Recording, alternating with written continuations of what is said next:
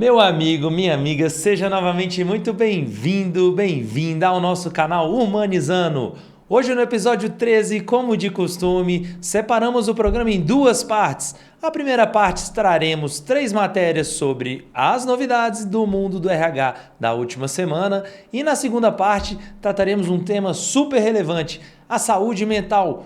Como você lida com a pressão, com as cobranças, com os prazos curtos e os recursos limitados, mantendo a sua sanidade em dia? Essas e outras questões vão ser respondidas no vídeo de hoje, não perca! E a primeira matéria de hoje foi disponibilizada no site do G1 e diz: Crise de saúde mental. Brasil tem maior número de afastamentos por ansiedade e depressão em 10 anos. Essa matéria foi disponibilizada no dia 10 de março de 2025 e foi escrita por Poliana Casimiro e Rayane Moura.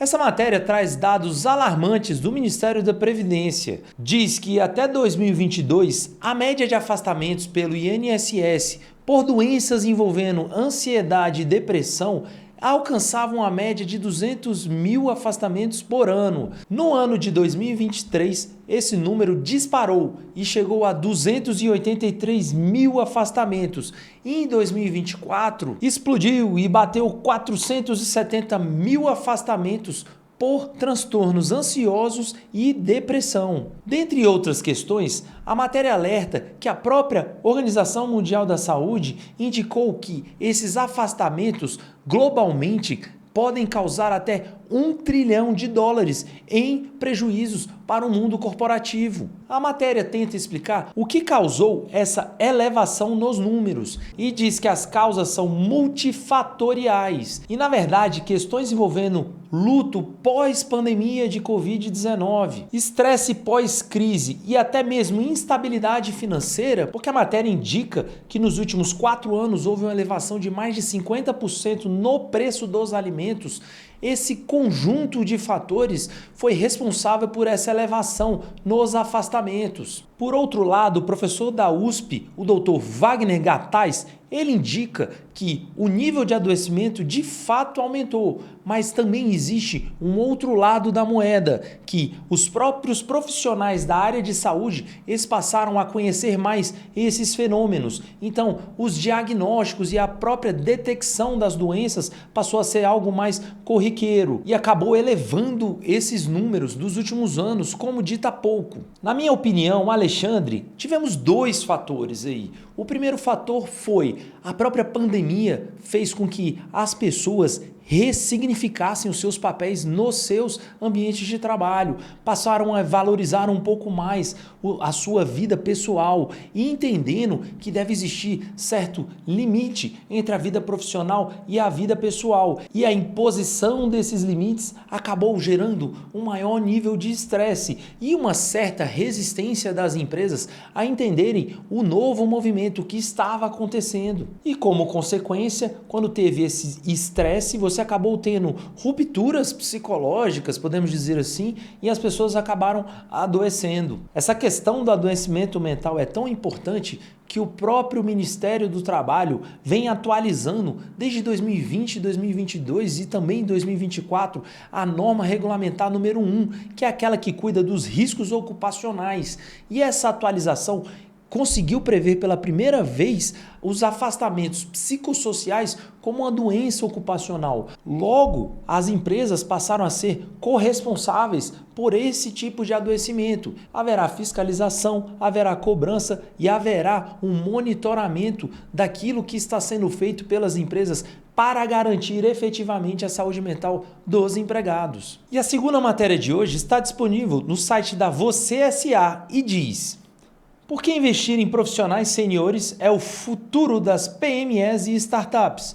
Essa matéria foi disponibilizada no dia 4 de março de 2025 e foi escrita por Carlos Sganzerla. Essa matéria traz uma questão importante. Ela fala que atualmente no mercado de trabalho brasileiro existem mais de 13 milhões de pessoas que estão com mais de 50 anos de idade e que as empresas, principalmente as startups e as pequenas e médias empresas, elas de fato não têm políticas envolvendo as pessoas tidas na matéria como mais maduras. Inclusive, a matéria traz um estudo da Maturi indicando exatamente isso, que 33% dos entrevistados nesse nicho de startups e PMEs sequer pensam em políticas para incluir essas pessoas de diferentes gerações. E aqui eu trago novamente um tema recorrente aqui do canal. Quando a gente fala de diversidade e inclusão, a gente fala de tratar todas as pessoas da mesma forma. A gente tem que alimentar políticas, criar uma cultura organizacional que consiga aproveitar a melhor coisa que existe, que é a diferença entre as pessoas. É uma grande riqueza você ter pontos de vista diferentes, pessoas diferentes com vivências diferentes. E aqui, especificamente no texto, ele está falando que apesar de existir um certo consenso de que pessoas mais maduras conseguem agregar mais valor às coisas que são feitas nas empresas, isso é só na teoria. Na prática, efetivamente, isso não acontece. E é aí que a matéria dá a dica. Ela fala, existe um grande potencial estratégico nas pessoas mais maduras e esse potencial estratégico não está sendo aproveitado pelas startups e pelas PMEs especificamente. E traz um exemplo da própria Airbnb, hoje uma multinacional de renome, destaque, que trabalhou exatamente na hora de desenvolver o seu negócio. Ela trouxe para dentro pessoas com mais de 50 anos e isso foi fundamental para conseguir construir a empresa que existe hoje. E por fim, a matéria traz uma frase que vou replicar que eu achei bastante interessante. Investir em profissionais seniores não é apenas uma questão de responsabilidade social, mas uma estratégia inteligente e sustentável. E a terceira matéria de hoje foi disponibilizada no site da revista Exame e diz: as empresas estão brigando por esses talentos, mas poucos têm a habilidade mais requisitada de 2025.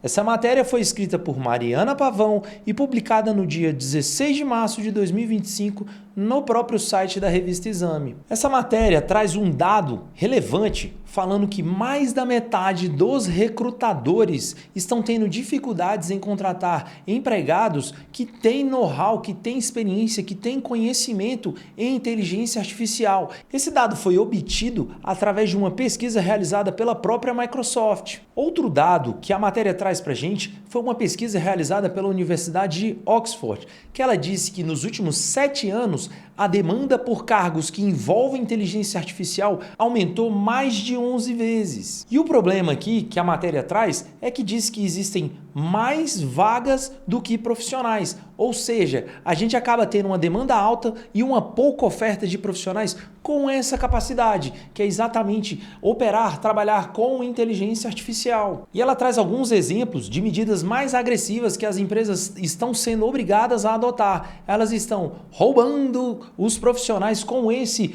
hard skill valiosíssimo atualmente no mercado dos seus próprios concorrentes. Indicou que a Salesforce pegou gente da própria OpenAI, também indicou que a Morgan Stanley trouxe gente do Bank of America e do Goldman Sachs. E por fim, a matéria indica que dominar a IA não vai ser mais uma característica relevante, ela vai passar a ser uma característica obrigatória para que você consiga se manter relevante no mercado de trabalho. Minha opinião, Alexandre, a IA teve uma aceleração gigante da sua própria utilização. Muitas empresas já estão começando a inserir a própria IA dentro dos seus processos internos e, logicamente, você acaba tendo que ter profissionais mais especializados na nova atividade. Podemos dizer que estamos tendo uma revolução tecnológica e com a revolução tecnológica você obviamente precisa de técnicos capazes para operar as novas ferramentas, que novamente eu já falei isso algumas vezes aqui no canal. A IA é mais uma ferramenta, é uma ferramenta talvez que exige uma especialização rápida, que as pessoas vão ter que voltar para a escola, mas às vezes não vão poder esperar todo aquele tempo de preparação porque quando a gente falou isso em episódios anteriores, confere aqui, quando a gente fala de plano de carreira, a gente acaba falando que você tem que fazer um planejamento da sua vida profissional para o médio e longo prazo. E lembrando o que eu tinha dito naquele vídeo, você faz um plano para médio e longo prazo, só que as mudanças e os efeitos acontecem no curto prazo. Então, o que está acontecendo hoje? A demanda por profissionais especializados em IA acelerou muito nos últimos anos e as pessoas ainda estão estudando ou começaram a estudar agora porque enxergaram exatamente essa necessidade do mercado. Então, neste primeiro momento, está tendo uma corrida atrás desses profissionais e eu creio que num curto a médio prazo isso vai acabar se equilibrando. Chegamos à segunda parte do nosso vídeo de hoje e falaremos sobre saúde mental no mundo corporativo. Como você faz para suportar toda a pressão, demandas excessivas e estresse sem pirar? É aquela famosa frase, respire, inspire e não pira, é exatamente isso. E eu fiquei feliz que recentemente o tema de saúde mental tomou uma grande proporção e parece que as pessoas começaram a acordar para o gigantesco problema que existe no mundo corporativo. As pessoas estão adoecendo e quando a gente fala de sustentabilidade, eu já comentei isso algumas vezes aqui no canal, quando a gente fala de sustentabilidade, a gente está pensando no médio e longo prazo. E como é que eu vou ter um negócio perene se as pessoas adoecem no meio do caminho? A coisa mais valiosa da empresa, que são os recursos humanos, é gente que faz, gente que executa, gente que pensa, gente que constrói dentro da empresa. Como é que a gente fala de perenidade se eu não sei se eu vou poder contar com essa pessoa amanhã, semana que vem, mês que vem, ano que vem? Porque ela vai estar afastada por conta de um adoecimento. Adoecimento este que a própria OMS declarou que anualmente as empresas vão gastar US$ 1 trilhão pelo afastamento dos empregados doentes. E esse adoecimento, as causas principais desse adoecimento é a depressão e a ansiedade. Quando a gente fala especificamente em depressão, vou apenas dar uma pincelada sobre o tema, a gente acaba falando de um desânimo geral, que gera muitas consequências. A pessoa, ela não tem vontade de trabalhar, ela perde o sentido, ela perde o propósito.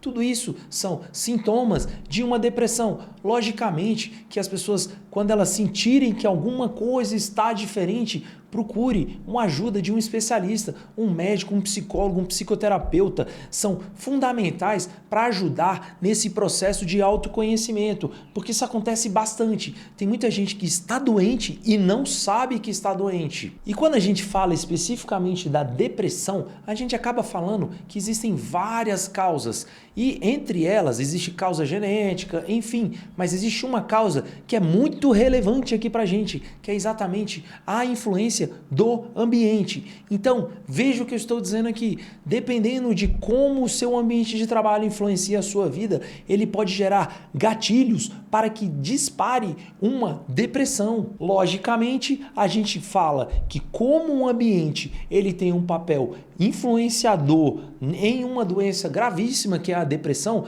nós temos que parar e pensar, mas a empresa ela tem uma responsabilidade e eu diria até uma corresponsabilidade em tratar os seus colaboradores.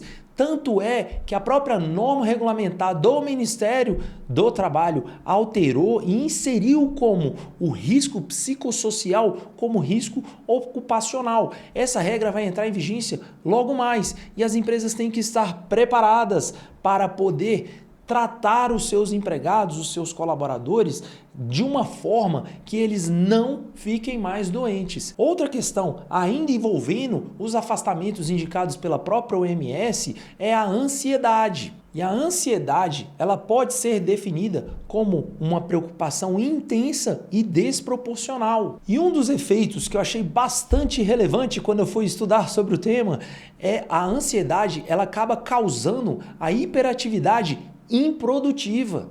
Ou seja, a pessoa ela tem aquela vontade de estar sempre trabalhando e por vezes ela sequer para pensar qual é o significado daquela atividade, como aquela atividade deveria ser feita para otimizar os resultados e a pessoa acaba só agindo por inércia. E esse é um sintoma da própria ansiedade que causa os afastamentos, os adoecimentos mentais, como a gente está comentando. E como eu disse, o ambiente corporativo, ele possui influência direta nos dois sintomas. E novamente, temos que pensar na proteção e criar a segurança psicológica dos colaboradores, como eu já comentei em vídeos anteriores. Resumidamente, as empresas podem adotar um conjunto de ações que garantem a defesa da saúde mental dos seus colaboradores.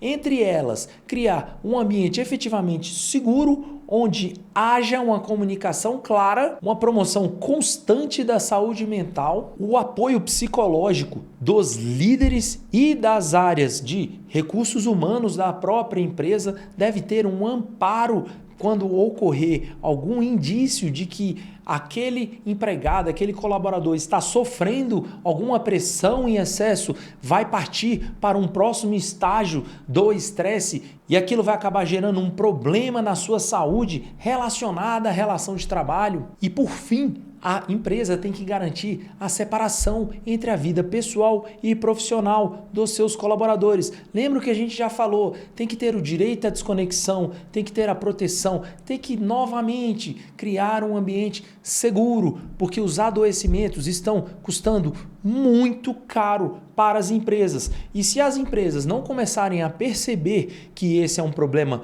gigantesco, logo elas vão começar a ter problemas, inclusive nos seus resultados, porque a mão de obra essencial e fundamental para que os negócios aconteçam, ela vai começar a ficar escassa. E estamos vendo que esse problema envolvendo a saúde mental já está gerando vários outros problemas. Podemos citar o abandono silencioso ou o famoso quiet quitting.